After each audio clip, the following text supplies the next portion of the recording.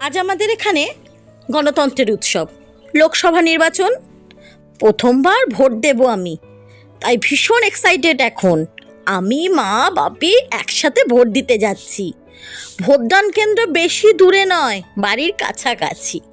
বাইরে বেরিয়ে দেখি ভোট নয় যে, সত্যি সত্যি উৎসব। হঠাৎ করে কানে এলো পালাও পালাও রব। চারিদিকটা হঠাৎ কেমন অন্ধকার হয়ে গেল। জ্ঞান ফিরতেই কানে এলো দু দলের লড়াইয়ে দুটো প্রাণ গেল। হঠাৎ দেখি পাশ ফিরতেই রক্তাক্ত অবস্থায় পড়ে আছে মা আর বাপি।